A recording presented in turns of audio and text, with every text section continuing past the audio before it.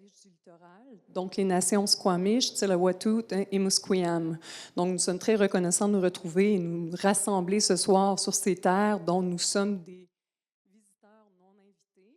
Alors, je crois que c'est bien important d'en prendre connaissance, de juste se rappeler en fait de l'histoire afin de pouvoir activement travailler tous ensemble vers la réconciliation. Et je crois d'ailleurs que notre invité ce soir a fait mention de ça lors de son entrevue à Radio-Canada un peu plus tôt. Alors, prenons une petite seconde pour y penser. Donc, nous avons un très beau programme et j'aimerais tout d'abord mentionner que cette soirée est rendue possible grâce au travail de plusieurs unités de l'Université Simon Fraser. J'aimerais tout d'abord mentionner l'initiative du Center for Comparative Muslim Studies d'avoir organisé cette activité. Remercier également le Bureau des affaires francophones et francophiles qui a soutenu l'initiative, ainsi que le département de français et le programme d'études urbaines de l'Université Simon Fraser. Sans plus attendre, j'aimerais d'ailleurs inviter M. Adel Iskandar, professeur associé de Global Communication et directeur du Center for Comparative Muslim Studies, pour nous dire un petit mot. Merci beaucoup, Adel. Because I'm very short, I'll be invisible. Okay. Hello, hi everyone. I have to apologize for not testing my French on you. It could be quite embarrassing. It's a delight to have you here on behalf of the Center for Comparative Muslim Studies, which is, I think, about 18 or 20-year-old center here at SFU, which addresses and deals with Muslim communities and Muslim diasporas and persons from Muslim-majority countries, the social and cultural dynamics, and looking beyond Islamic studies and religion and theology specifically. We are absolutely thrilled and delighted to be working with both the Office of Francophone and Francophile Affairs, as well as the Department of French and the Program for Urban Studies to bring today's speaker. I will say that the speaker is someone that I've known for quite some time. So Dorothée and I've known you, is it 13 years or more than that? I've lost track of the years. Just 6 months, no, I wish. I've had the distinct pleasure of being a professor of Dorothées, which is one of the greatest honors one could have, to see, their student. I don't think Dorothée has learned anything from me. I've spent the last 12 to 13 years really learning from Dorothée, to be able to welcome her here and celebrate her work, her literary work, her filmmaking work, her journalistic work, which is really quite extraordinary, is a huge, huge honor for myself personally. But I wanted to say really quickly that the work that Dorothée addresses and deals with is very much at the intersections of the debates, the most salient and most difficult debates we're having today around the history of colonization, revisionist history, and pushing the boundaries of what it means to be challenging official histories, and also thinking about communities that are left behind by the official histories. And so from the time that I met her as a master's student in the Center for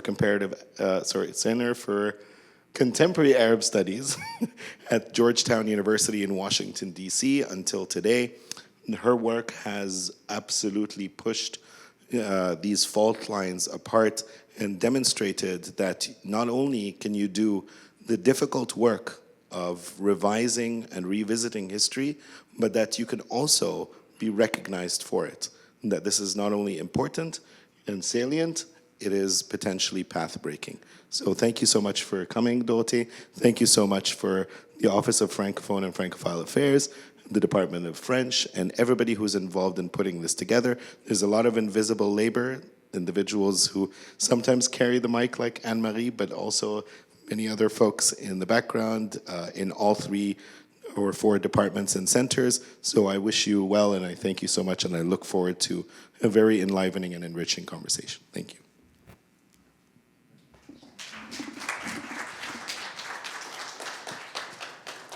Merci beaucoup, Adèle. On en a appris beaucoup juste avec votre petit mot d'introduction. J'aimerais maintenant accueillir Gino Leblanc du Bureau des affaires francophones et francophiles à venir nous dire un petit mot aussi.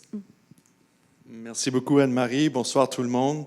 Effectivement, on est vraiment honoré au Bureau des affaires francophones et francophiles de vous accueillir ici à Vancouver ce soir. Merci d'être là. Je veux remercier Aude-Claire Fourreau aussi. Et Adèle, it's really a pleasure to be collaborating with you for the first time, I believe. It probably won't be the last time. Alors, on est très heureux de travailler avec le Center for Comparative Muslim Studies ici. We're really happy that you had the confidence in this partnership et on est très content de travailler avec vous. Merci aussi au département de français et Urban Studies également où Aude-Claire travaille. Le BAF est heureux de s'associer à cette soirée dans le cadre d'une partie importante de sa mission. On supporte des programmes en français, on supporte le développement de contenu en français, mais on est aussi ici, bonsoir, pour animer la vie intellectuelle, la vie des idées, la vie des débats. As you were saying, tonight we're going to talk about some very important issues for Canada, but for all of the francophone world. Cette année est importante pour nous. Je finirai peut-être là-dessus. Vous voyez sur la banderole, c'est le 20e anniversaire du Bureau des affaires francophones et francophiles. Donc, on aura une programmation tout au long de l'année en français, si ça vous intéresse. Je vous invite de rencontrer les gens qui sont à la table d'accueil pour voir qu'est-ce qui va se passer, en particulier au mois de mars, pendant les printemps de la francophonie. So, without further ado, thank you very much for being here, Madame Queloux et Aude-Claire. La parole est à toi. Je vais faire un dernier petit mot. Donc, pour introduire, merci beaucoup, Gino. Alors, sans plus tarder, j'aimerais présenter justement notre invité d'aujourd'hui. Donc, nous avons la chance de recevoir ce soir Dorothée Myriam Queloux, auteure, journaliste et réalisatrice. En 2016, Dorothée révèle dans Le Monde l'affaire des financements indirects de l'État islamique par le groupe Lafarge pendant la guerre en Syrie et a reçu le prix Trace de l'investigation journalistique de Washington, D.C. en 2017. Je crois qu'en plus, cette affaire est d'autant plus d'actualité, malheureusement, pour tout ce qui est en train de se passer en ce moment. Elle collabore régulièrement aussi avec le journal Le Monde, France 24, Arte, France Télévisions et France Culture. Récipiendaire de la bourse d'excellence Fulbright, elle est diplômée du master d'études arabes de l'Université de Georgetown à Washington, D.C. et de l'Institut d'études politiques de Lyon. Elle a reçu diverses reconnaissances pour ses œuvres, dont cette année le prix Rekanati Kaplan, récompensant des projets culturels exceptionnels dans le monde arabe. Ce prix, créé par la Fondation Rekanati Kaplan et la Villa Albertine en partenariat avec l'Institut du monde arabe, comprend notamment une résidence de 2 mois aux États-Unis. Donc, je pense que c'est entre autres un petit peu grâce à ça qu'on a la chance de pouvoir l'avoir ici à l'autre bout du continent américain. Nous avons le plaisir de l'accueillir ce soir pour qu'elle puisse nous présenter en primeur son livre « Nancy Kabylie », pour lequel elle a reçu le prix littéraire de la Grande Mosquée de Paris, meilleur essai 2024. Ailleurs, sans plus tarder, veuillez chaleureusement accueillir avec moi Dorothée Myriam Queloux. Merci beaucoup. Je suis très honorée et très émue d'être de retour à Vancouver. J'avais eu la chance de présenter ce travail sur Lafarge en Syrie et ses financements indirects de l'État islamique. Et j'avais déjà eu un grand coup de cœur pour la ville de Vancouver. Et je suis particulièrement touchée par ces mots de reconnaissance à chaque début de conférence. C'est vraiment une leçon. Je pense que j'ai et on a beaucoup à apprendre de vous. Et donc, je prends des petites notes à chaque fois en me disant « Oh, ce serait bien qu'il puisse y avoir davantage de discours de reconnaissance, et notamment de notre histoire coloniale qui reste compliquée à raconter en France, surtout du point de vue, je pense, des anciens colonisés. » Donc, j'ai envie de commencer par un petit mot, c'est-à-dire vous demander ce que vous connaissez de l'Algérie, parce que je suis à Vancouver et je ne sais pas du tout qui connaît l'Algérie, ce que vous connaissez de l'Algérie.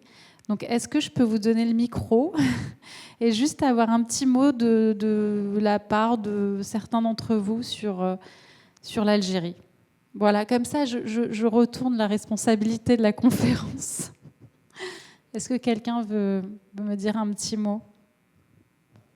avec ou sans le micro, c'est optionnel, mais OK, Auré en premier, ensuite je vais venir vous voir. Pour moi, l'Algérie est surtout littéraire parce que je pense bien sûr à Kateb Yassine, Nedjma, son roman Nedjma, ou la littérature aussi algérienne en français après la révolution algérienne.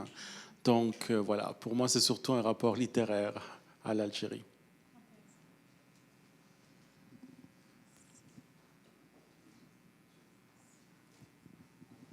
Bonsoir, merci.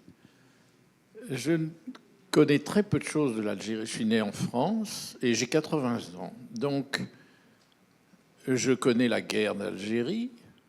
Je connais tous ces jeunes Français qui sont morts là-bas. Ensuite, j'ai encore vécu en France assez pour voir arriver les pieds noirs qui s'exilaient, dont certains sont devenus mes très bons copains en fac. Et je n'ai commencé à connaître des Algériens que à travers ma vie professionnelle, basée sur Vancouver, si je peux dire. J'ai été faire quelques conférences dans le Moyen-Orient, mais je n'ai jamais été en Algérie. J'ai été au Maroc, j'ai été en Égypte, j'ai été en Syrie, j'ai été en Iran. Nous avons été. Et jamais en Algérie. J'ai failli aller en Algérie et on m'a dit, mes collègues m'ont dit, non, tu sais, c'est très dangereux encore pour les Français. L'exemple qu'il me donnait, c'est que pour prendre un pot sur sa terrasse, il avait besoin de garder sa carabine sur la table. Ça plante un peu le décor. Ok, merci. Bonsoir à tout le monde. Pour moi, l'Algérie, c'est la terre de Fanon. Donc, pour moi, l'Algérie, c'est l'expression même de la dignité humaine. Parce que Fanon, c'est un Martiniquais qui est devenu algérien au nom de la dignité humaine. Et aussi, pour moi, l'Algérie, c'est la Mecque des mouvements de libération nationale, parce que l'Algérie me l'appelle Alger 69, le congrès panafricain d'Alger. Donc, c'est ça, l'Algérie pour moi. Merci beaucoup. Il y a une dernière personne qui veut dire quelque chose. Oui. Bonsoir. Moi, ma mère est née en Algérie. Elle est arrivée en métropole française en 62 avec ses parents et toute la famille. Donc, moi, j'ai jamais été en Algérie, mais c'est un pays qui m'est familier à travers la famille parce que j'ai souvent entendu dans les discussions de mes grands-parents qui sont venus malgré eux. En fait, ils auraient aimé vivre en Algérie, mais plein de souvenirs en fait d'enfance et donc ça crée comme un lien, même si je ne connais pas ce pays-là, ça crée ce lien-là qui est relié à la famille. Ok, merci beaucoup déjà pour vos témoignages. Alors en fait, moi, pour raconter un peu mon histoire, je vais vous lire le premier chapitre de mon livre. Parce que ce premier chapitre, il pose un peu la question de qu'est-ce que l'Algérie, et notamment pour une enfant. Donc le premier chapitre de Nancy Kabeli s'appelle « La maman des poissons ». Mon père, Malek, frappe à la porte de ma chambre. Je l'attendais. Je lui tends avec empressement le CD que je viens fièrement d'acheter et lui demande ce que veut dire le mot « nostalgie ». Il est écrit en lettres bleues et rouges sur la pochette du disque. « Nostalgie ». Les meilleures chansons françaises du XXe siècle. Mon père soupire très fort. Un sourire à la fois heureux et triste se dessine sur son visage. Ces deux émotions peuvent-elles coexister ? Je l'apprendrai plus tard en traversant moi-même ce double et curieux état. Aujourd'hui, j'ai 7 ans. Nous sommes en 1991. Nostalgie. Je ne sais plus ce qu'il me répond. Je comprends que la nostalgie est liée au souvenir, à un temps révolu qui continue à vivre en soi. La nostalgie, c'est contempler un passé heureux dans un miroir brisé dont il ne reste que de petits morceaux tranchants. Ce mot-là m'accompagnera comme une boussole. Nostalgie. Mon père s'avance vers moi, il regarde la liste des chansons et choisit « La maman des poissons de Bobby Lapointe. Il se met à chanter et à danser, les mains à hauteur de sourire. Si l'on ne voit pas pleurer les poissons qui sont dans l'eau profonde, c'est que jamais, quand ils sont polissons, leur maman ne les gronde. Je chantonne le refrain en chœur avec lui. La maman des poissons, elle est bien gentille. La maman des poissons, elle a l'œil tout rond. On ne la voit jamais froncer les sourcils. Ses petits l'aiment bien, elle est bien gentille. Et mon père ponctue en riant, et moi je l'aime bien avec du citron. À la fin de la chanson, il me caresse le cou et me laisse l'écouter en boucle. Nostalgie. En France, on l'a fait rimer avec Algérie. Il existe même un néologisme qui désigne une affliction, paraît-il profonde, la nostalgérie. Mais aujourd'hui, ce mot valise désigne surtout la nostalgie des Européens qui ne se sont jamais remis de la perte de l'Algérie. À la maison, mon père ne fait pas rimer Algérie avec nostalgie. Il ne prononce ni l'un ni l'autre. Je ne sais plus quand j'ai entendu le mot Algérie pour la première fois. Il est immédiatement devenu une obsession. Une image qui s'est imposée à mon esprit et ne m'a plus lâchée. Quand le bourdon de la nostalgie le pique, mon père se réfugie dans un troquet. Il y retrouve un peu de l'Algérie. Entouré de ses amis anarchistes et immigrés, il s'étonne quand à la nuit tombée, ma mère Catherine et moi venons le repêcher. Est-ce qu'on peut se noyer dans le souvenir comme dans un verre d'eau ? À ceux qui me demandent, je réponds « Oui, je connais l'Algérie. Enfin, l'Algérie de la ville de Nancy, en Lorraine. Ces cafés enfumés, où tous finissent ronds comme des patates. » Cette expression, c'est ma mère qui l'a inventée. C'est joli, ça adoucit la réalité. Ou peut-être l'a-t-elle lue quelque part. Elle a constamment un bouquin entre les mains. Elle est la reine des expressions. Elle en a toujours une sur le bout de la langue. Et mon père, lui, les déforme et les réinvente. Elle tombe souvent comme un cheveu sur la sauce. La soupe, rectifie ma mère en riant. Voilà, donc ça vous pose un peu le point de départ de tout ce travail que j'ai fait ensuite et que je raconte dans ce livre. C'est vraiment, je dirais, une quête initiatique plus qu'une quête d'identité, à la recherche en fait de ce pays, l'Algérie, qui ne m'a pas été transmis autrement que dans des silences. Et je pense que c'est vraiment à travers de la mélancolie de mon père, que je décris d'ailleurs dans un chapitre, que j'ai compris qu'il y avait les traces d'une histoire qui n'était pas dite et qu'il n'arrivait pas à dire. Et alors, il y a une expression en algérien, je ne sais pas si certains parlent l'algérien ici, mais on dit que quand on demande où est ton oreille, on ne dit pas comme ça, on fait comme ça. On va montrer l'autre oreille. Donc, en fait, c'est une expression que j'aime bien parce qu'elle dit que parfois, il faut faire des détours et des longs détours pour trouver l'évidence. Et c'est ce qui s'est passé donc, dans mon trajet. J'ai commencé très tôt à étudier la langue arabe, à l'âge de 15 ans, parce qu'au collège, j'avais des jeunes avec moi, camarades, qui me disaient « Puisque tu es d'origine algérienne, alors pourquoi tu ne parles pas l'arabe ?» Et moi, je leur répondais « Mais pourquoi ils parlent l'arabe en Algérie ?»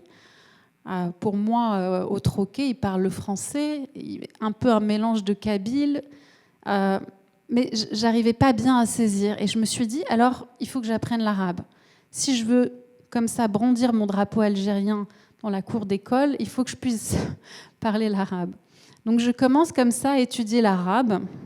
Et puis, sans trop savoir où je vais, je fais des études de sciences politiques et d'arabe. Et puis, petit à petit, je m'intéresse de plus en plus à l'Algérie. Je m'en rapproche. Et il y a un événement que je raconte dans le livre. Après la guerre civile des années 90, mon père me dit « Il est temps qu'on aille en Algérie ». Et avec ma sœur, on décide d'y aller en cachette, parce que ma mère a peur qu'on aille en Algérie. Vous parliez de l'Algérie comme pays dangereux. C'est vraiment des peurs comme ça très très fortes pour ma mère. Et donc on lui laisse une petite lettre dans la boîte aux lettres et on part en Algérie. Et pour moi, c'est vertigineux. C'est un moment vraiment de rencontre avec ce pays. Et je me souviens qu'on est allé en Kabylie, donc la région de naissance de mon père. Et on est allé dans un village. Et mon père m'a dit, ce village ressemble à mon village. Mais c'était toujours pas le village. Il y avait comme ça toujours une espèce de couche qui empêchait l'accès. Et donc je suis repartie d'Algérie encore plus convaincue qu'il fallait vraiment que j'étudie l'histoire de la région. Et par chance, j'ai eu une année d'échange aux États-Unis dans un centre d'études arabes à l'université de Georgetown. Puis après, je suis partie en Égypte pour étudier l'arabe. Puis je suis partie en Palestine pour travailler pour le Quai d'Orsay à l'époque et documenter l'occupation militaire. Et à ce moment-là, mon père m'a offert un projet de film parce qu'il est réalisateur de métier qui s'appelle « Lettres à mes filles ».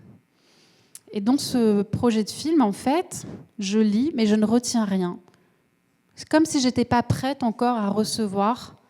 Donc quand je vous parle de détour, c'est vraiment cette sensation, dire que ça a pris vraiment beaucoup d'années pour qu'à un moment donné, on puisse entrer en lien et dans un processus de transmission. Mais je me souviens d'une phrase qui m'avait marquée. Il m'a dit « Je ne viendrai pas te voir à Jérusalem ». Il était venu me voir aux États-Unis, il était venu me voir en Égypte. Je lui ai dit « Mais pourquoi ?» Il m'a dit « Parce que je ne veux pas revivre les checkpoints ». Je lui ai dit « Mais comment ça, revivre ?» Et en fait, je commence à avoir des interrogations. Et puisque je documente l'occupation militaire à Jérusalem-Est, en Cisjordanie, je vais aussi à Gaza, je me confronte à une histoire violente et je me confronte aussi aux conséquences de cette histoire violente sur la psyché. Et en étant en lien avec des Palestiniens qui me disent « Tu es algérienne, tu es notre espoir ». Parce que finalement, après 130 ans de colonisation, l'Algérie s'est libérée. Donc ils disaient, on en a peut-être encore pour 60 ans, mais la libération adviendra. Donc je comprends la symbolique de l'Algérie qui grandit pour moi grâce en fait à tous ces contacts, notamment en Palestine. Et par chance, j'obtiens cette bourse pour aller à l'université de Georgetown. Et comme ça, toujours vraiment par intuition, je prends un cours qui s'appelle Histoire de la colonisation en Afrique du Nord, avec un professeur qui s'appelle Oussama Abimershed, qui est libanais-américain, spécialiste de l'Algérie coloniale. Et là, il me dit, puisque tu es d'origine algérienne, tu vas creuser du côté de l'oubli. Je dis, mais de quel oubli vous parlez ? Il m'a dit, creuse, vous allez trouver. Bon. Alors à ce moment-là, j'appelle mon père. Je lui dis, est-ce qu'on n'a pas un grand-père, arrière-grand-père qui a écrit ses mémoires que je pourrais utiliser pour ce travail en histoire ? Et il me dit, tu sais, on est une société d'abord orale, l'Algérie rurale. Il n'y a pas beaucoup d'écrits. Mais tu devrais reprendre ce projet de film que j'ai écrit, Lettres à mes filles. Peut-être que tu vas y trouver quelque chose. Et là, je reprends ce projet de film et je lis l'histoire de son village, Mansoura, au sud de la Kabylie, entouré de fils barbelés pendant la guerre d'indépendance. Et je découvre en fait l'histoire des déplacements forcés de populations civiles qui ont touché plus de 2 millions d'Algériens pendant la guerre. Une histoire finalement peu connue, qui n'est pas inscrite dans la mémoire collective en France et en Algérie. Et évidemment, il y a des historiens, des sociologues qui ont travaillé sur le sujet, par exemple Pierre Bourdieu, Abdelmalek Sayad, qui ont écrit le déracinement. Mais pour moi, c'est une surprise de me dire l'histoire du village de mon père, elle est reliée à l'histoire de l'Algérie, et c'est une histoire qui, effectivement, est du côté de l'oubli. Et alors, à ce moment-là, je me dis, bon, effectivement, il y a un sujet. Et je rappelle mon père, je lui dis, c'est quoi cette histoire des regroupements ? Et il me dit une phrase, je me souviens encore, il me dit, c'est le point d'attaque d'une vie brisée par la guerre qui nous a donné droit à l'errance et à l'immigration. Et il rajoute, et peut-être même au terrorisme, des années 90. Je dis, ok. Donc je me retrouve en fait avec cette vérité historique qui émerge, et c'est assez troublant. Et à ce moment-là, je me dis, en fait, c'est trop lourd, j'ai pas envie d'y aller. Je commence à faire des cauchemars. Plus je lis, plus je suis affectée par l'histoire. Je me dis, mais... Et heureusement, des professeurs comme Adel Eskander, Oussama Bimershed, d'autres me soutiennent. Je suis à ce moment-là aux États-Unis et finalement, je trouve l'espace émotionnel et intellectuel et les outils pour m'attaquer à cette histoire. Et alors, je dis à mon père, alors on va aller à Mansoura. J'ai décidé d'écrire mon mémoire de master sur ce sujet. Tu viens avec moi. Il n'a pas beaucoup le choix. Je dis, maintenant que tu m'as donné ce projet, maintenant que je l'ai lu, je l'ai compris, je l'ai contextualisé, on y va. Et mon père, ça faisait 50 ans qu'il n'était pas retourné dans son village. Donc, il avait été à Alger, il avait été à Borj-Bouarerich, près de son village, mais il n'était jamais retourné dans son village. Il y avait quelque chose de l'ordre de l'image qu'il voulait garder intacte. Et là, je lui dis, bon, on va faire ce travail de collecte de témoignages sur ces déplacements forcés qui ont été très peu racontés du point de vue des colonisés, de ceux qui l'ont subi. Et ce sont des déplacements qui ont profondément bouleversé l'Algérie rurale, toute la géographie, puisque la majorité des villages ont été détruits pour ne laisser aucun refuge au Front de libération nationale qui était engagé dans la lutte armée.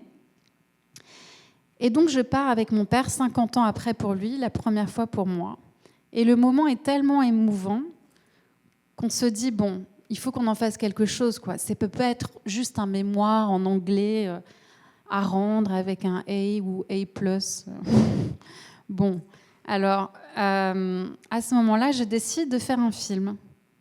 Et je ne sais même pas pourquoi, mais en fait, je comprends plus tard que ce que mon père a réussi à me transmettre, finalement, c'est l'amour et le langage du cinéma.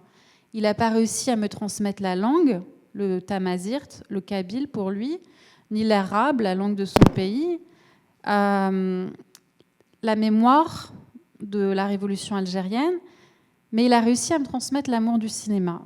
Et donc, je décide de faire un film qui s'appelle « À Mansoura, tu nous as séparés ».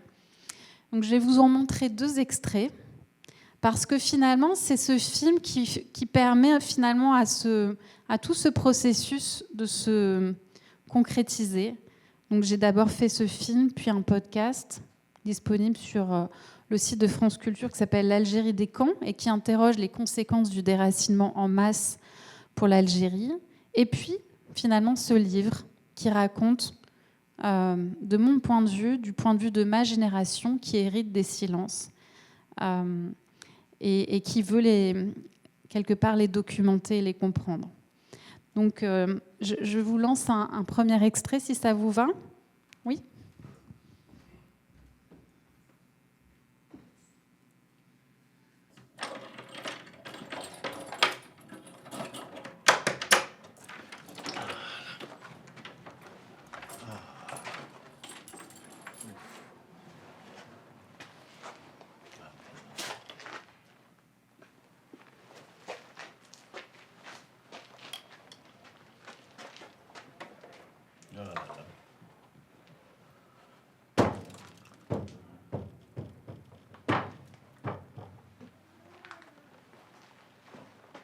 وين دارت صورة تاع يما ندير مسكينة حتى بلاصة ما كان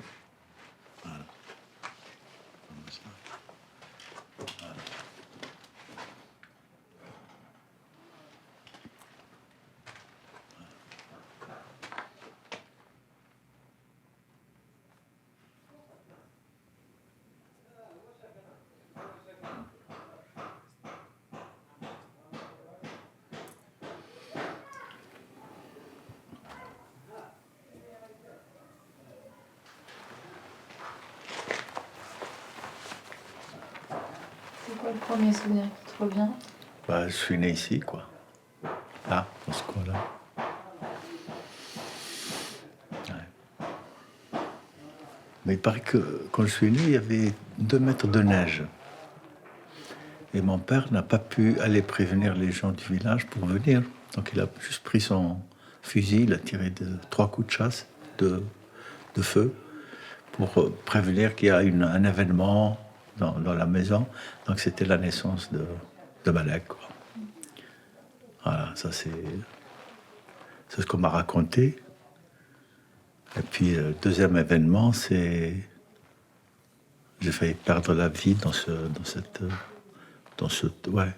truc. Parce qu'en fait, ils lançaient, l'armée française à l'époque, lançait des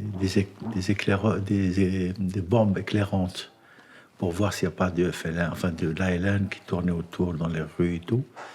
Et la chose est arrivée juste au-dessus de mon lit. Et il a été arrêté par des trucs, donc ça n'a pas pu vraiment tomber par terre. Sinon, il aurait explosé. J'avais mon lit là, donc j'avais 10 ans, 11 ans. Voilà.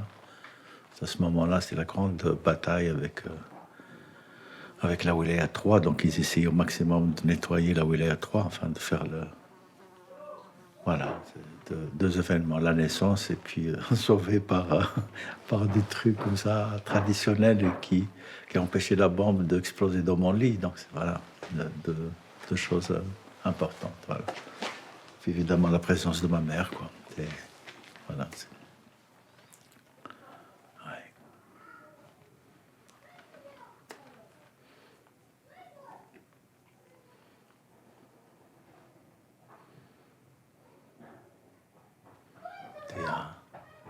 Il y a un très beau texte de Yacine qu'il a dédié à sa mère. Et il disait en souvenir de celle qui me donna le jour, la rose noire de Blida, au front fanant reçut son étoile en plein front. C'était qui? C'était sa mère. C'était la barmaid des pieds noirs. C'était Nejma, quoi. Enfin, c'est l'étoile filante qui part et qui. Voilà, c'est. La mère, c'est. Ouais. Enfin bon.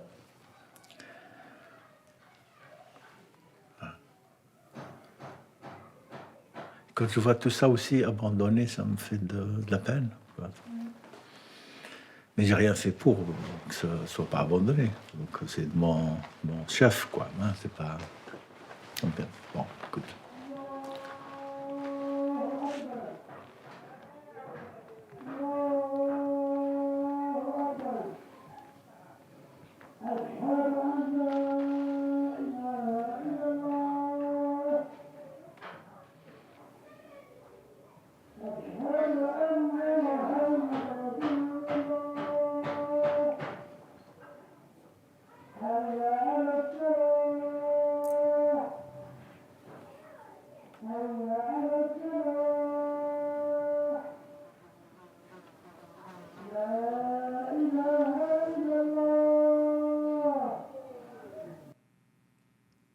Donc c'était un premier extrait de Retour dans la maison familiale. Et je vais vous mettre un deuxième extrait. Comme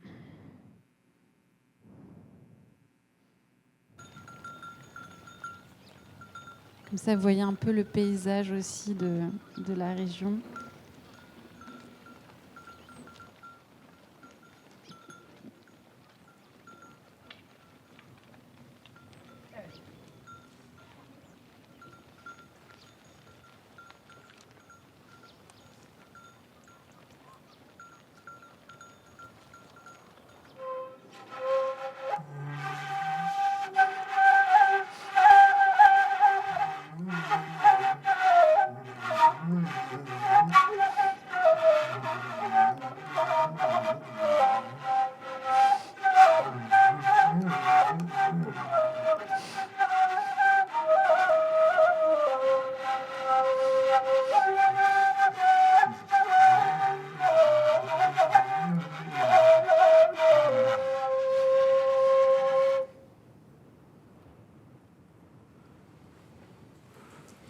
يوم الرحلة نشفي شوية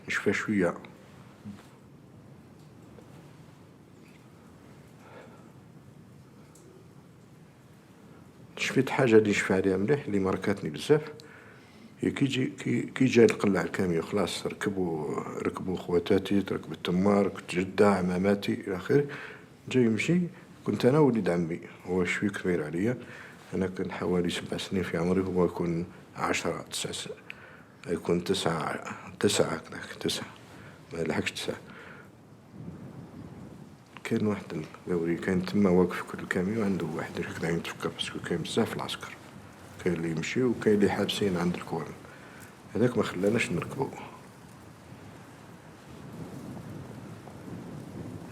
مانيش فاهم علاش لليوم ما نقدرش نفهم ما نقدرش نشرحها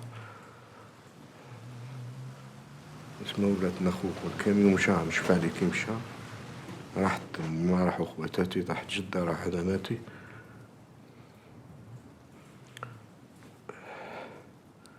قعدنا اسمنا حايرين نشوفوا في بعضنا نقول لك واحد ساعة تقريبا ساعة ولا مهم شوية مدة باسكو كنا نقولوا عندنا واحد لي شعور تاع خوف حيرة حايرين يعني باش واش راح يصرى حتى نشوف السيدة قاعدة هزنا من اللور ولا احنا في الكاميو لقيت روحي مع ولادو نساء بناتو ركبناتهم كي حطنا هكذا كيسمى كان نقش هذاك قاعدين نشوفوا في السماء يعني كليش تحطنا على شغل راقدين على ظهرنا هكذا نشوفوا السماء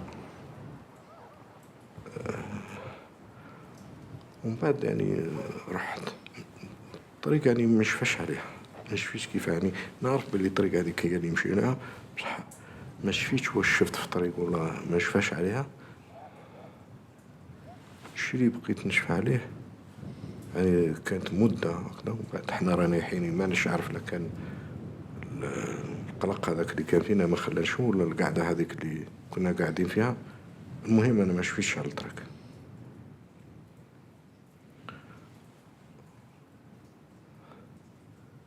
نحاول نفكر هكذا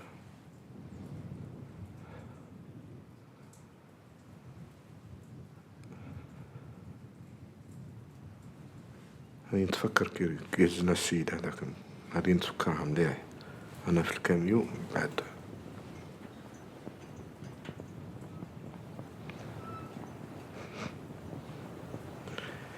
شفت عمي شاش في الطريق هون حبس وساق كاميو هبطنا من الكاميو أنا ما كنتش عارف وين رايحين وانا مشتو في بعضنا حتى هذوك النساء ولا ما هضروش معنا هبطنا في المنصورة من بعد عرفت هالدخلة تاع المنصورة من بعد باش عرفت في ذاك الوقت ما عرفتش ما كنتش نعرف المنصورة أكل ما نعرفهاش أكل فيلاج تاع المنصورة ما نعرفوش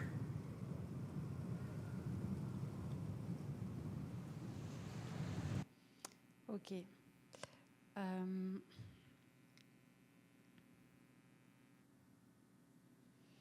Donc là, c'était... Vraiment tombé. Je vais juste vous mettre une image pour finir. Et donc, moi, je suis là, je te... Voilà. Je vais finir sur cette image un peu fantomatique.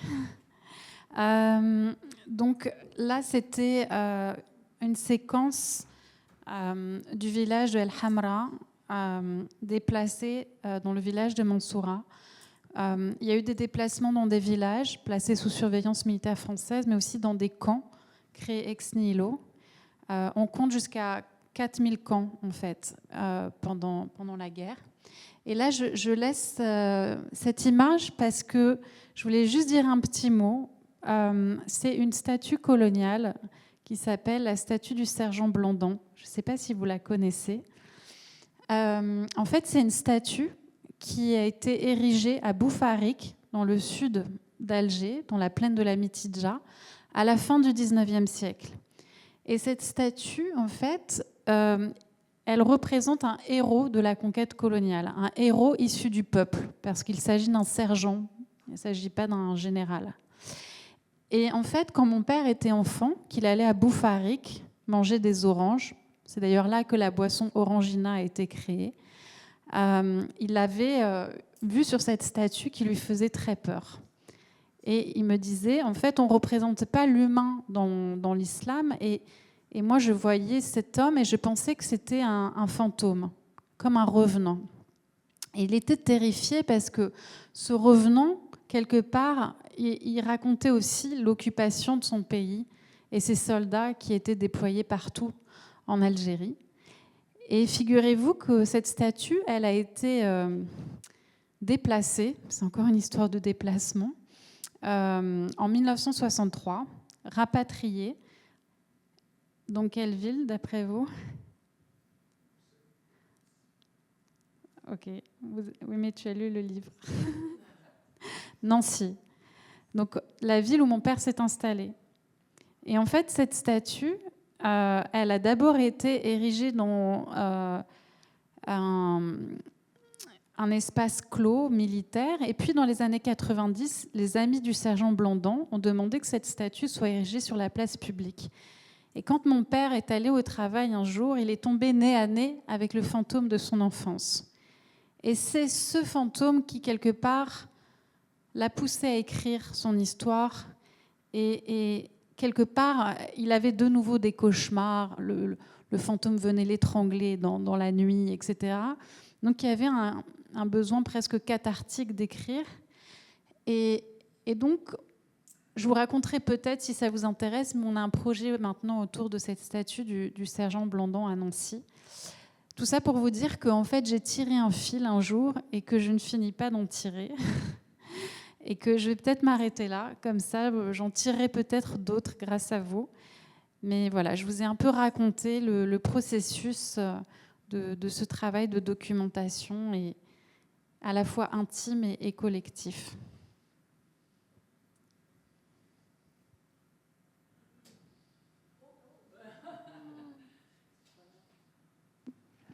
Merci beaucoup. Les fantômes n'aiment pas la lumière, c'est bien. Non, c'est ça. En effet, ils se cachent. Donc, j'aimerais maintenant inviter Aude-Claire Fourreau, qui est professeure à études urbaines et sciences politiques, à venir s'entretenir avec Dorothée. Et vous aurez également l'occasion un petit peu plus tard à poser vos questions. Merci beaucoup.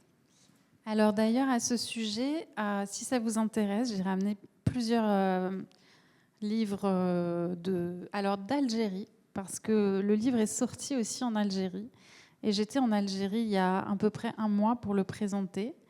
Donc, vous aurez en exclusivité la version algérienne du livre. Voilà, elle est rare, sachez-le.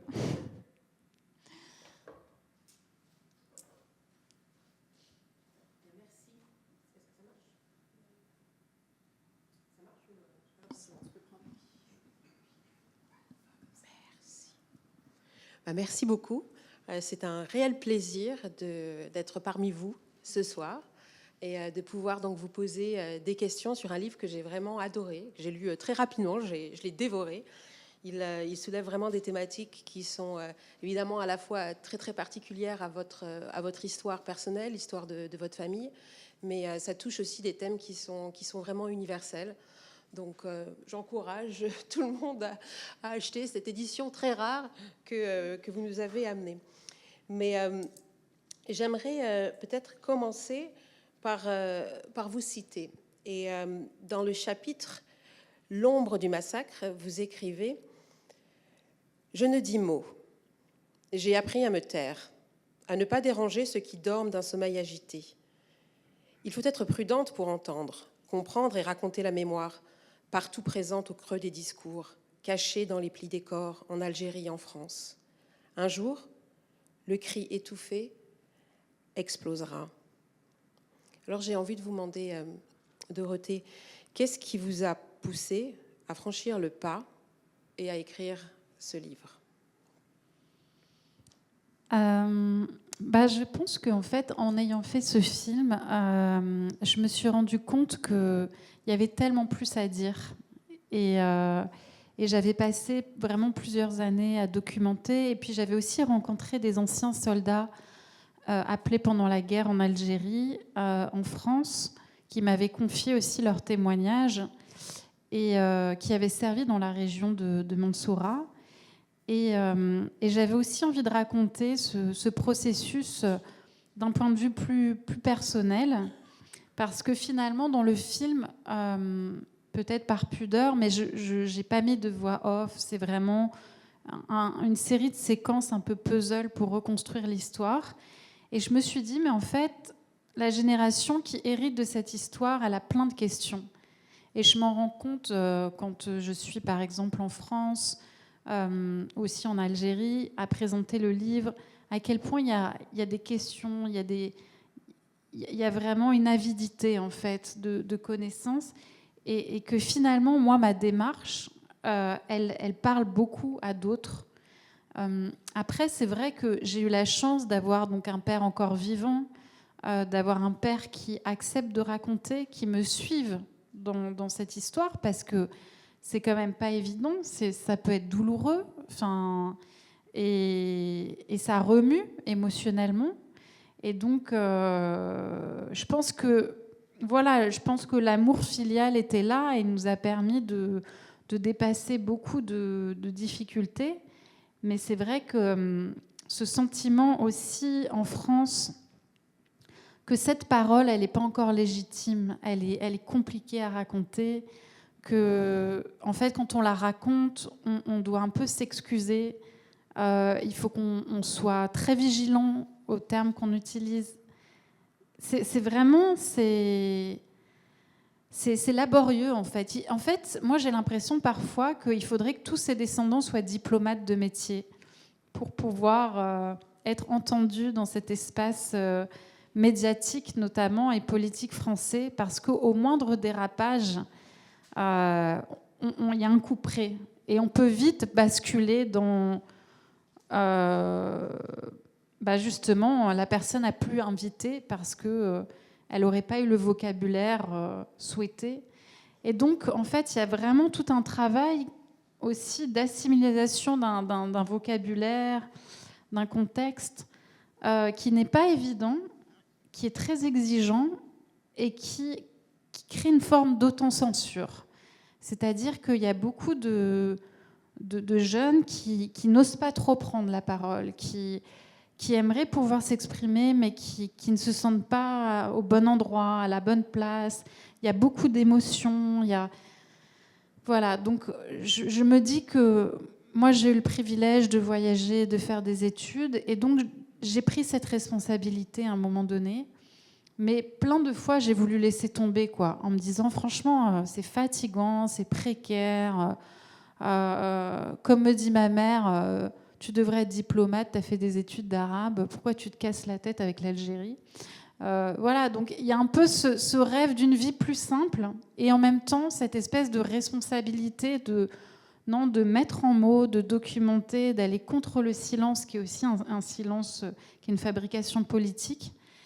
Et c'est vrai que je ne regrette pas parce que c'est très enrichissant et je sens bien que cette libération de la parole qui a été donc pour mon père, pour moi, c'est une invitation à ce que d'autres fassent cette démarche. Et je pense qu'on est de plus en plus nombreux dans ma génération à oser, à avoir les outils pour le faire. Donc voilà pourquoi j'ai écrit ce livre. Mais peut-être qu'est-ce que l'écrit a changé ou qu'est-ce qu'il vous a permis peut-être de dire différemment, puisque vous nous avez montré des extraits de ce film, vous avez aussi mentionné les podcasts, donc on reste quand même dans l'oralité, dans les images. Peut-être est-ce que l'écrit change quelque chose en particulier? Est-ce qu'il vous permet d'écrire les choses différemment? Alors effectivement, c'est vrai que comme j'ai fait des études universitaires, j'adore les notes de bas de page. Et donc en fait, c'est un essai qui a plein de notes de bas de page. Et souvent, par exemple, quand j'écrivais mon projet de film, on me disait « Non mais t'enlèves toutes tes notes de bas de page, quoi. C'est pas ça un film. » Et donc j'ai eu plaisir à pouvoir mettre des notes de bas de page, de pouvoir vraiment sourcer, documenter, mais raconter aussi de manière intime, ce qui n'est pas forcément possible dans un cadre universitaire. Donc de pouvoir mélanger à la fois ce regard très intime, très personnel, et en même temps cette documentation. Parce que, en fait, si j'allais chercher de la documentation, c'était aussi parce que j'avais des questions intimes qui se posaient. Et donc, voilà, ça nourrissait sans cesse, en fait, cette écriture. Et donc, oui, j'ai aimé, en fait, créer une forme un peu hybride qui peut être un peu déroutante, mais quelque part qui est aussi le résultat d'un processus. Oui, tout à fait. Je pense qu'on voit bien ce côté hybride, comme vous le dites, à la fois un roman, Astérix, un petit peu essai, pour faire aussi un lien avec votre prénom composé, dont vous parlez beaucoup dans le livre. Mais peut-être j'aimerais vous entendre sur votre famille. Donc évidemment, vous parlez de votre père. C'est sur la photo. C'est pas la même que dans l'édition française, mais dans l'édition française, c'est votre père qui est en couverture. Donc évidemment, il occupe une place centrale dans votre texte. Mais vous parlez aussi de votre mère, de la famille qui est française, de leur mariage en Algérie, des réactions des familles respectives, à la fois paternelles, maternelles. Vous mentionnez aussi beaucoup votre sœur. Et dans toute la manière en fait dont vous invitez justement et vous décrivez cette intimité, la vôtre, celle de votre famille, vous faites le tout avec peut-être une forme de retenue, peut-être, ou un souci aussi quand même malgré tout de la discrétion. Je ne sais pas si est-ce que c'est le cas. Ça serait peut-être ma première question. Et aussi peut-être la deuxième, qui est évidemment la conséquence de cette première, c'est comment est-ce qu'ils ont réagi à ce livre qui parle de vous, de l'Algérie, de la France, de la Kabylie, mais aussi d'eux. Et qui parle aussi de l'histoire des camps, parce que c'est quand même une grosse partie du livre. Alors, c'est difficile en fait déjà de faire un film sur son père, sur le village ancestral, c'est une responsabilité.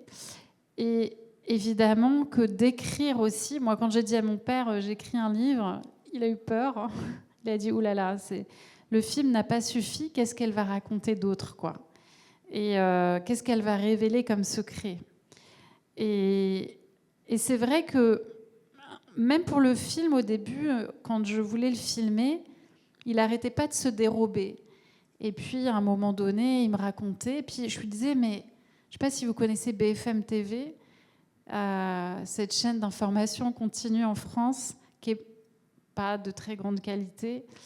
Et en fait, je lui disais, mais on dirait un correspondant de BFM TV sur un terrain de guerre, quoi.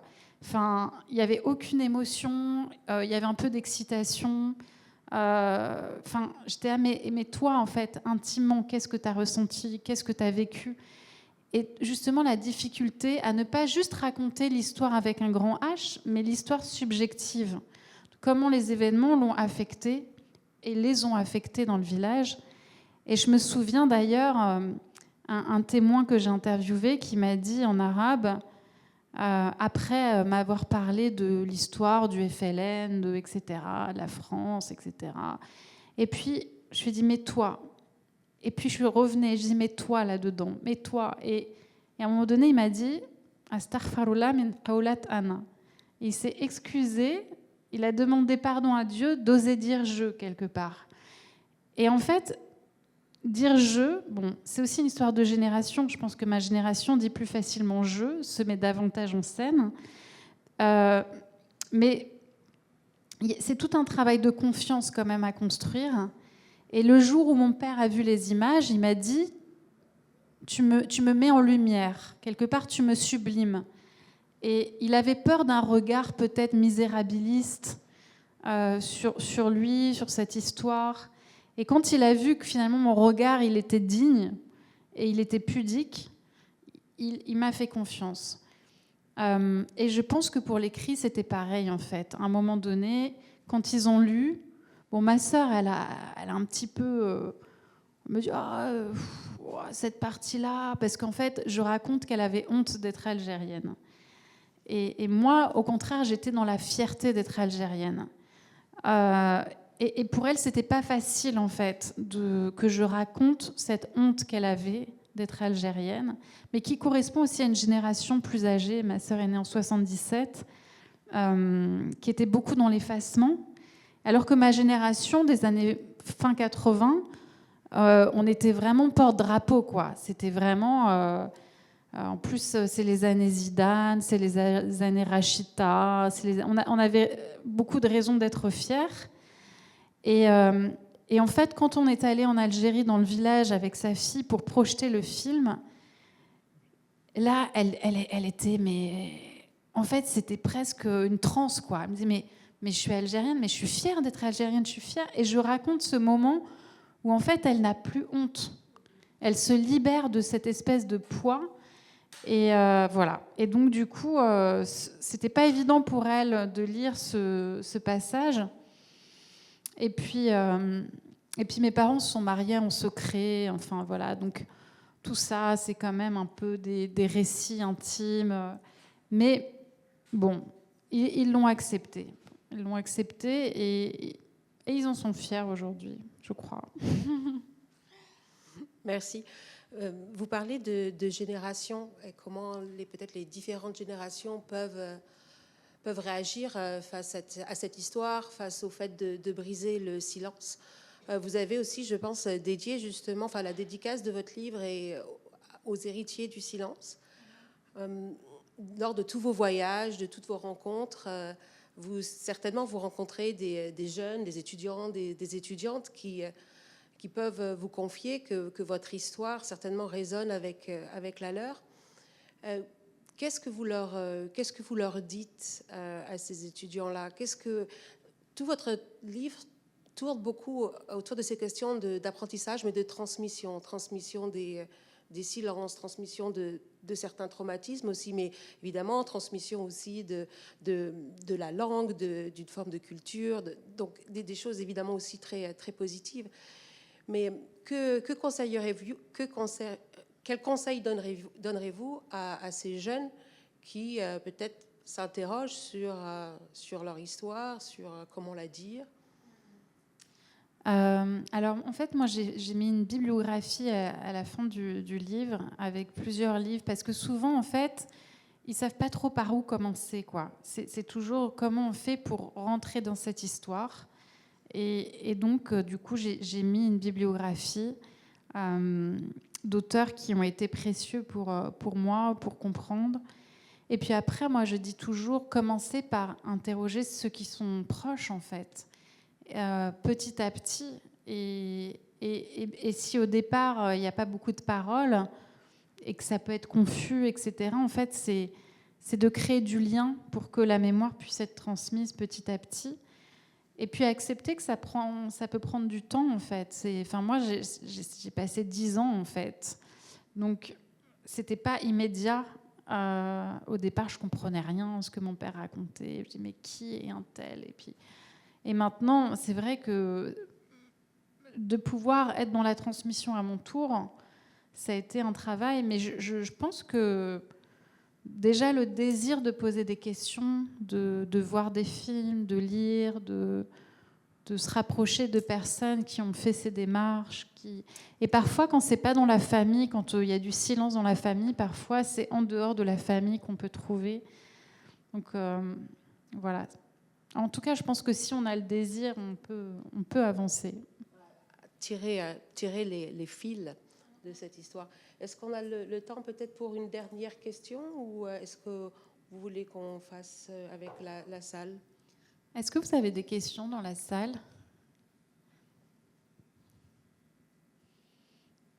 C'est toujours difficile de poser la première. J'arrive.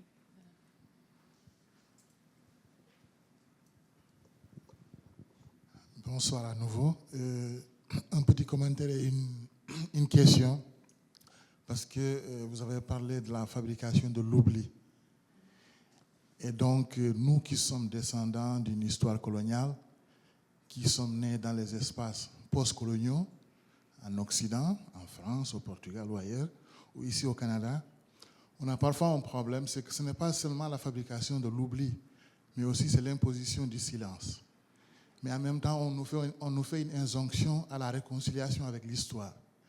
Est-ce que vous êtes d'accord avec un écrivain sénégalais qui a écrit sur le génocide rwandais, Boubacar Boris Diop, où il disait que le silence et l'oubli sont incompatibles avec la réconciliation? Merci beaucoup pour cette question et ce commentaire. Voilà, c'est un sujet de thèse, ça. Je vais peut-être rester à Vancouver pour... Après, moi, c'est vrai qu'on parle beaucoup de réconciliation en France aussi, hein, avec le rapport de l'historien Benjamin Stora au président Macron. Mais on ne sait pas bien ce que ça veut dire, en fait, réconciliation. Qu'est-ce que ça signifie ? Moi, en tout cas, ce que j'ai constaté, c'est d'abord une réconciliation avec soi-même, avec son histoire. Et je pense que ça, c'est le plus important. À partir de là, on peut rencontrer l'autre et supporter peut-être des contradictions dans les récits, dans les discours. Mais je pense que sans ce processus vraiment intérieur, il n'y a pas de rencontre profonde possible. Et j'avais travaillé pour un documentaire pour Arte qui dure 4 heures.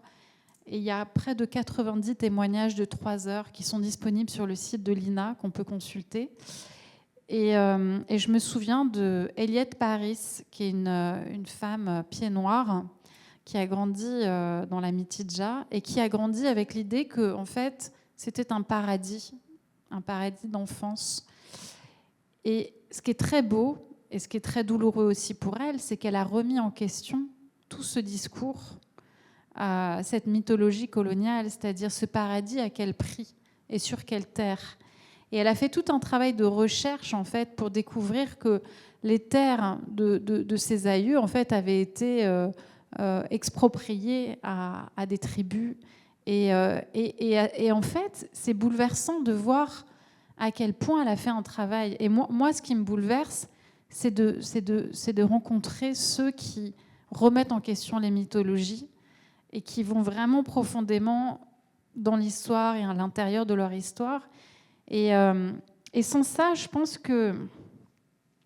qu'on peut rester vraiment sur des crispations à plein d'endroits, en fait.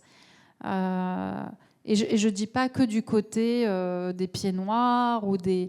voilà, il y a aussi du côté parfois des descendants d'Algériens qui vont être dans le rejet d'un récit de descendants de pieds noirs. Enfin, il y a quelque chose qui est difficile, qui est très crispé en France.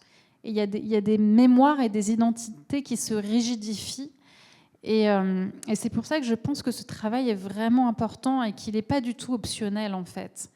Là, on le voit, par exemple, avec la montée de l'extrême droite. L'extrême droite, c'est aussi l'OAS, c'est aussi l'Algérie française, c'est aussi, bien sûr, c'est aussi le nazisme, c'est aussi... Bon, mais il y a cette dimension de l'Algérie française qui est éludée, dont on parle assez peu. Et je pense que... Je sais pas. J'aimerais qu'on puisse chacun faire ce cheminement, mais c'est peut-être rêver, quoi. Est-ce qu'il y a quelqu'un d'autre qui voudrait avoir le micro, poser une autre question?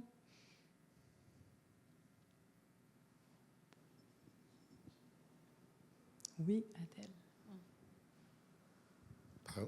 Pardon, question en anglais, okay? Okay.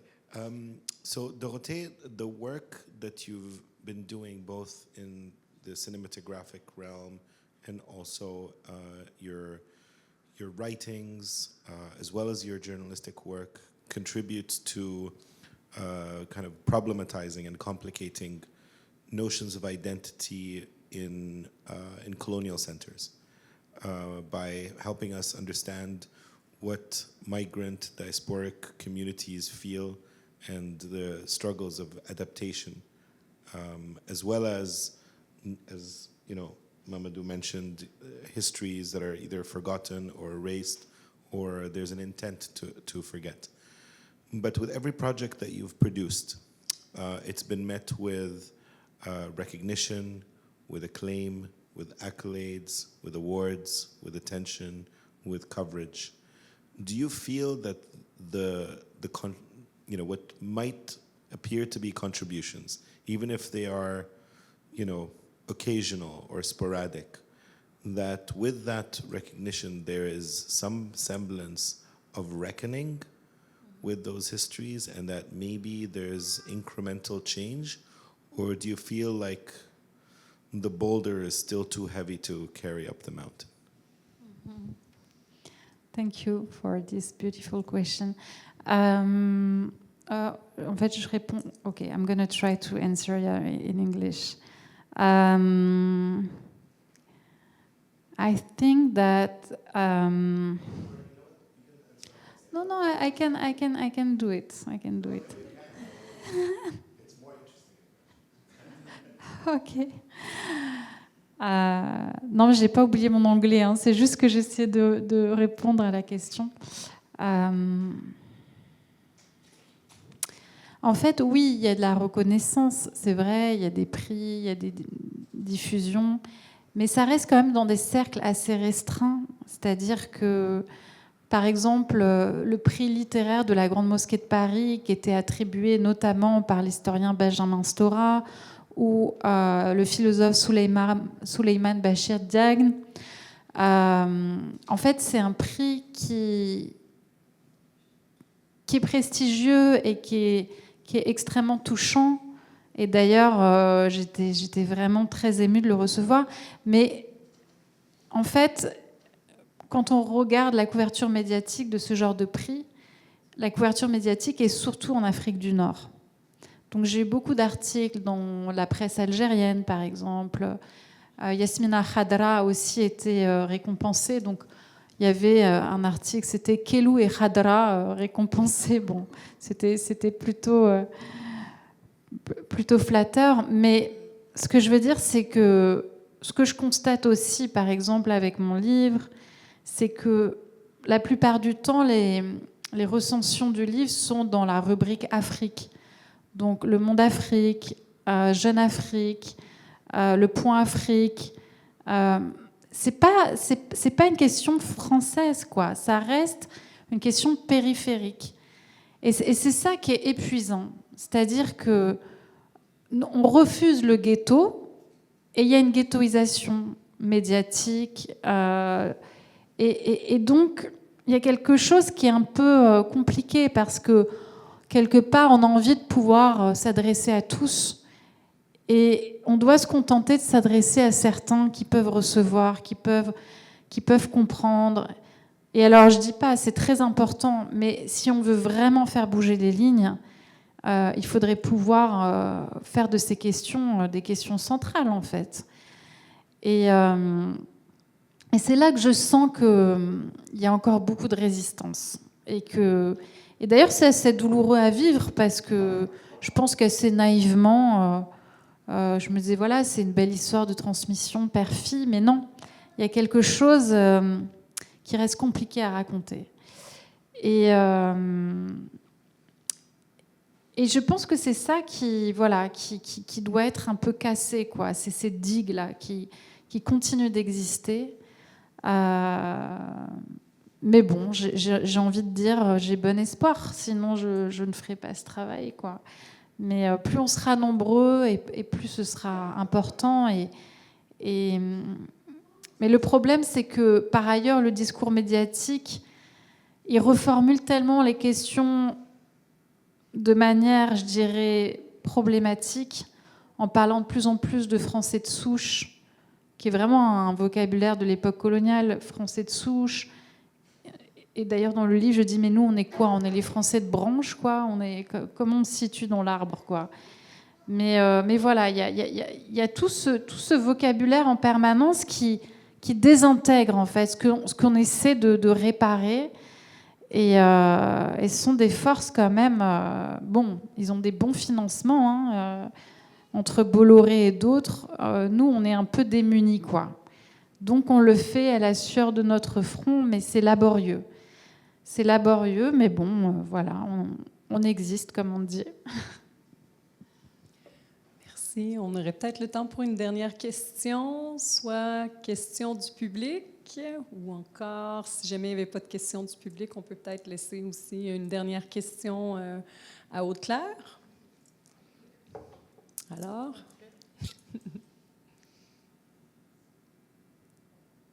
Moi, j'ai peut-être une question Oui. pour le public. Je ne sais pas si on a le droit. pourquoi Non, pas. mais ça m'intéresse aussi de voir comment ça résonne, ces questions de l'Algérie, par rapport au contexte canadien, notamment des Premières Nations. Enfin, je ne sais pas si certains font des parallèles ou ça peut sembler excessif. Ou voilà, ça m'intéresse aussi de voir comment vous recevez en tant que Canadien et peut-être d'autres origines. Oui. Bonjour. En fait, il y a une pièce de théâtre qu'on est allé voir, nous, cette année, qui s'appelait Colonisation, qui parlait de la colonisation en Algérie. Et comme, Qui était au Canada? Oui, on était ici à Vancouver, tout récemment, en septembre. Puis, c'est une histoire que je connaissais pas beaucoup, moi, personnellement, parce que j'ai pas vraiment de gens dans mon entourage qui sont algériens. Puis, je veux dire, il y a beaucoup d'histoires de colonisation dans le monde, donc on ne peut pas tous les connaître. Puis, on dirait que pour moi, le mot colonisation, c'est justement la colonisation en 1608, en 1700, et de réaliser que... En fait, je pense que pour moi, c'est gênant à dire, mais oui, de réaliser que la colonisation, oui, on sait qu'il y a des impacts jusqu'à aujourd'hui, mais qu'il y a eu des pays colonisés jusqu'à tellement tard. Ici, la colonisation, on se dit, bon, mais les gens sont arrivés en 1600, en 1700, et là, c'est tangible aujourd'hui, mais c'est quasiment comme un folklore c'est dur à imaginer, de quand les gens sont arrivés, les Premières Nations, mais on apprend ça dans nos cours d'histoire, puis c'est comme alors, il y avait les Algonquiens qui faisaient pousser du maïs. C'est tellement imaginaire quand on est enfant d'apprendre l'histoire de la colonisation. C'était un peu mal fait, je pense, quand on était enfant. Puis, en fait, je pense qu'il n'y a même pas de parallèle, là, dans le sens que... En tout cas, c'était plein d'idées que j'ai dit de manière toute mélangée, mais je pense que c'est un peu ça aussi, ça nous fait tellement de poser de questions, mais voyons donc, ces histoires-là de colonisation dans tous ces pays qui ont... Pendant toutes ces centaines d'années, qu'on est encore mal à l'aise d'en parler, on est encore mal à l'aise de dire « Ah, mais oui, mais tous nos ancêtres ont eu un impact là-dedans et moi, j'ai un rôle à jouer pour s'assurer qu'il y ait peut-être une réconciliation ou au moins qu'on connaisse ces histoires-là. » Fait que voilà, c'était ma réflexion à voix haute par rapport à cette question. Merci beaucoup. Je pense que ça dit beaucoup, en fait, ce malaise et la difficulté jusqu'à aujourd'hui, à parler jusqu'à la Palestine, jusqu'à... Voilà, c'est des questions qui restent difficiles à aborder et en même temps, je trouve important que voilà, on soit là ce soir notamment, mais à d'autres endroits pour poser un peu les questions et s'autoriser à les poser. Voilà. Mais en tout cas, merci d'avoir été présent. Merci à tous pour l'organisation, pour les questions. Et peut-être que je vous retrouve si certains sont intéressés par le livre collector en édition algérienne pour une dédicace dehors. Oui, je tiens vraiment à vous remercier sincèrement pour votre générosité, pour votre temps. C'était vraiment un plaisir de vous entendre. Merci beaucoup aussi à Haute-Claire pour avoir amené différentes perspectives. Puis oui, en fait, vous avez des livres qui sont disponibles ici à l'arrière. Vous avez les instructions pour le paiement qui peuvent soit être faites en argent comptant ou encore par transfert bancaire. Alors, si jamais vous voulez aller vous procurer un petit morceau de cette histoire, on vous invite à le faire. Puis, vous avez encore, évidemment, un petit peu de nourriture derrière. Alors, on vous invite à rester avec nous. Et je tiens vraiment à remercier the Center for Comparative Muslim Studies d'avoir été l'investigateur de cet événement, le Bureau des affaires francophones et francophiles, le département de français aussi, les programmes d'études urbaines. Merci beaucoup à vous deux et on va continuer à s'instruire et à apprendre davantage de toutes ces histoires. Merci. Merci à tous.